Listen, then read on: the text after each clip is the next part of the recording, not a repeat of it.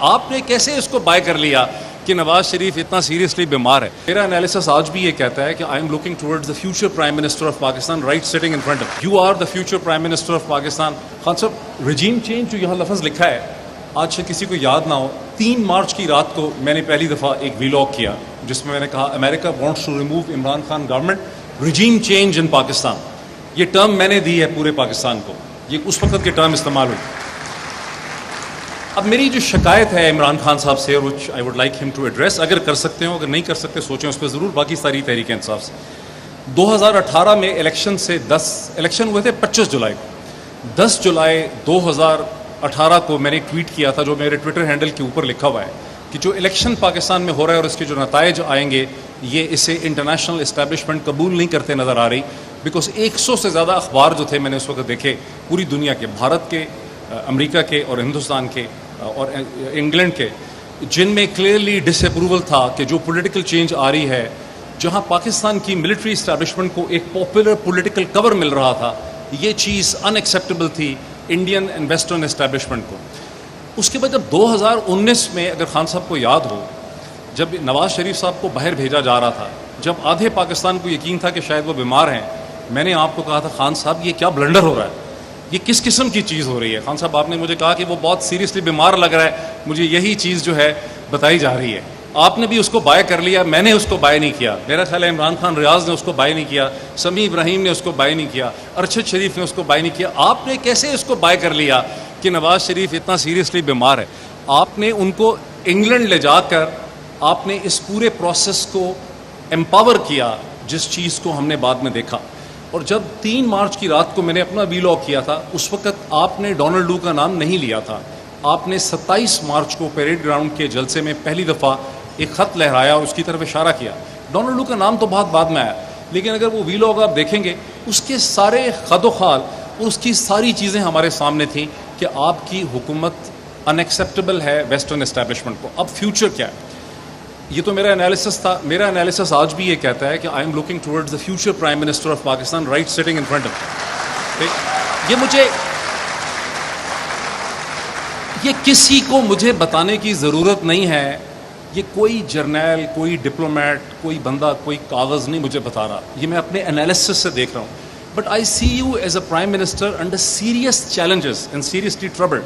अब आपका चैलेंज ये होगा एज प्राइम मिनिस्टर, एक तो आपको पीटीआई से बाहर निकल कर भी एक पॉलिटिकल कंसेंसस बनाना पड़ेगा along with the other political parties. ये पहला आपका बड़ा चैलेंज है, बिकॉज तनहा इतना बड़ा पूरी दुनिया के सामने आप खड़े हैं। वेस्टर्न इस्टेब्लिशमेंट्स आपके खिलाफ हैं, हिंदुस्तान की इस्टेब्लिशमेंट आपके खिलाफ है।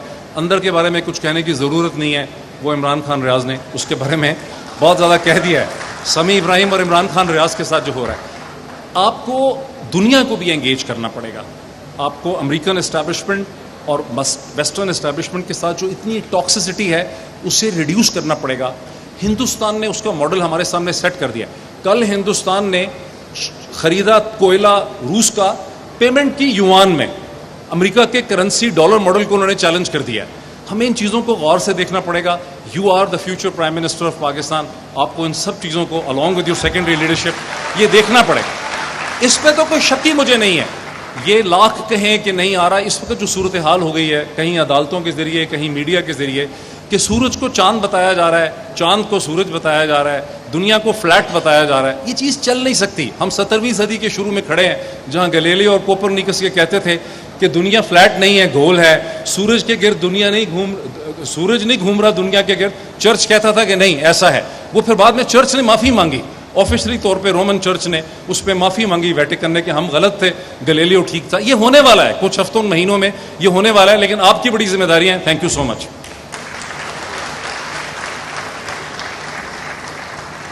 आप लड़ाई छोड़कर गए हैं, मैं क्यों छोड़ूं? मेरी लड़ाई मैं लड़ूंगा, जवाब मांगेंगे, सवाल करेंगे, क्योंकि पहली मर्तबा आपको टक्कर के लोग मिले हैं।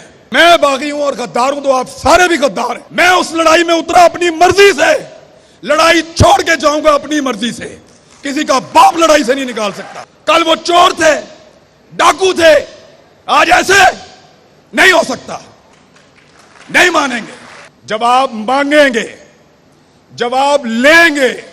हम इनसे पूछेंगे कि तुमने कहा था ये सारे चोर हैं, तुमने कहा था ये सारे डाकू हैं, तुमने मुझे सबूत दिए थे, मुझे वीडियोस दिखाई थी, मैं गवाह हूं। जनाब इमरान रियाज साहब सीनियर एंकर, उनसे रिक्वेस्ट करते हैं आके अपने हालात का इजहार फरमाएं। बिस्मिल्लाहिर्रहमानिर्रहीम। तमाम वकला का और जितने भी हाज़रीन महफिल यहाँ बैठे हैं उन सबका बहुत शुक्रिया। इससे पहले भी वकला ने मुझे बुलाया था लाहौर में, मैं हाजिर हो गया था। आखिरी ऑप्शन आपके पास अदालत की या वकील की होती है, तो कम से कम आप लोगों को नाराज नहीं किया जा सकता। जब भी आप बुलाएंगे हम आ जाएंगे, खास तौर पे जब तक हालात हमारी फेवर में नहीं है तब तक तो जरूर आएंगे। मेरे लिए यह कहानी शुरू होती है 10 मार्च को, यह रिजीम चेंज ऑपरेशन। 10 मार्च मैं उस वक्त के प्राइम मिनिस्टर इमरान खान साहब को मिलने गया था। उस दिन मुझे पता चला कि एक साइफर आया है। 27 तारीख को इमरान खान साहब ने पूरे पाकिस्तान को बताया था। मुझे उसके बारे में 10 तारीख को पता चला था और मैंने इसके बारे में एक प्रोग्राम भी किया था। मैंने उस दिन यहां इस्लामाबाद से लाहौर जा रहा था, रास्ते में मैंने वहां जाते हुए डिसाइड किया था कि गैरत गवारा नहीं करती है। यानी मेरा मसला महंगाई तो हो नहीं सकता, अल्लाह का शुक्र है मैं ठीक कमा लेता हूं। मेरे ख्याल में महंगी चीजें भी हम खा लेंगे। 70 साल से महंगाई बढ़ती चली जा रही, बढ़ती चली जा, एक दिन ऐसा नहीं आया कि आपकी महंगाई नीचे जा रही, ऊपर जा रही, फिर भी जी रहे हैं, लेकिन गले में एक पट्टे के साथ। यार महंगाई की तो आदत हो गई, पट्टा तो निकाल लो, निकाल लो पट्टा।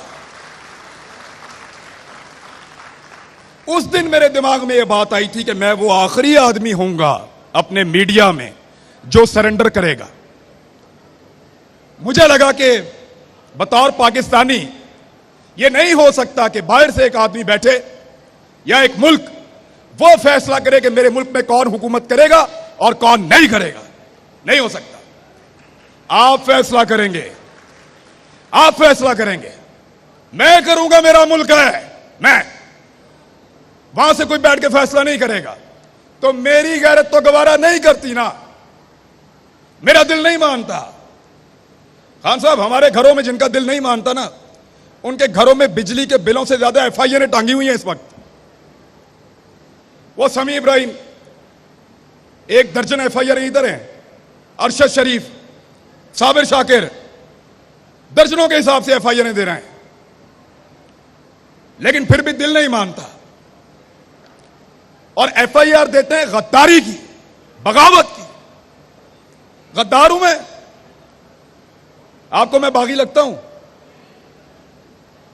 मैं बागी हूं और गद्दार हूं तो आप सारे भी गद्दार हैं जो मुझे सुनने के लिए यहां बैठे हैं।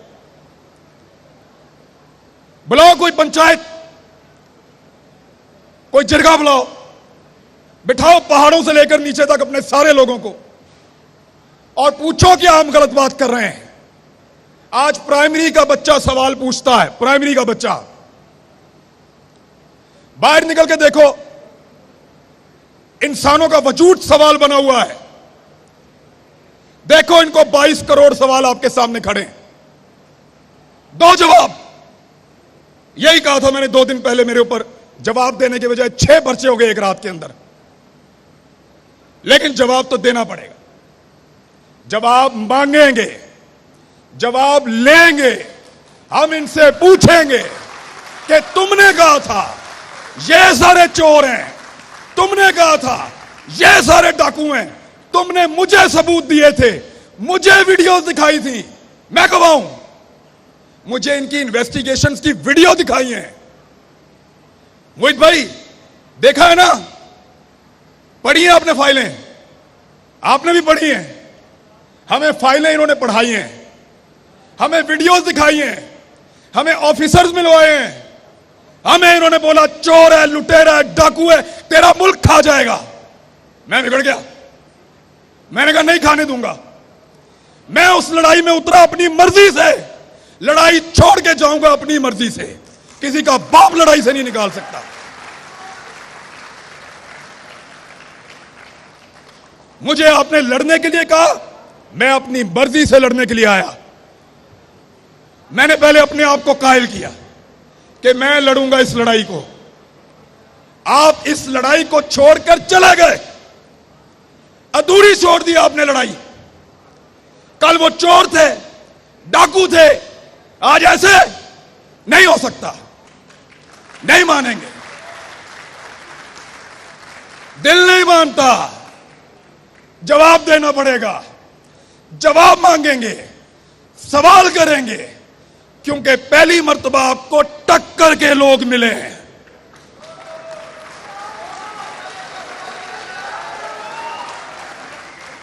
आपको टक्कर के लोग मिले हैं। ये पहाड़ों से उतर के नहीं आए, ये कोई मौलवी नहीं है, ये कोई पिसा हुआ तबका भी नहीं है।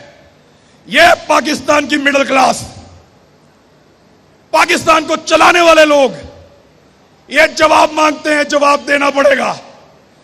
आप लड़ाई छोड़कर गए हैं, मैं क्यों छोड़ूं? मेरी लड़ाई है, मैं लड़ूंगा, या हार के आऊंगा या जीत कर आऊंगा, लड़ाई पूरी लड़ूंगा।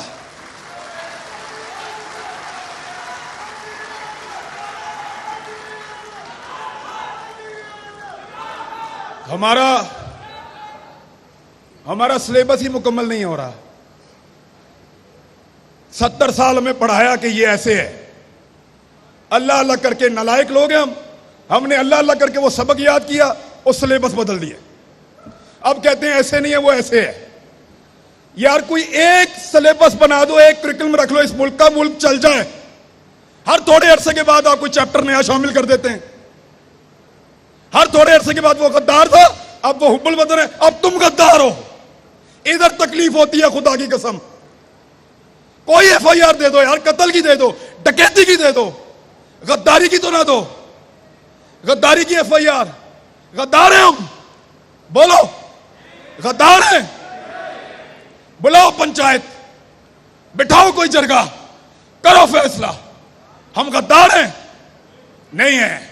Pakistan, Pakistan. Thank you very much.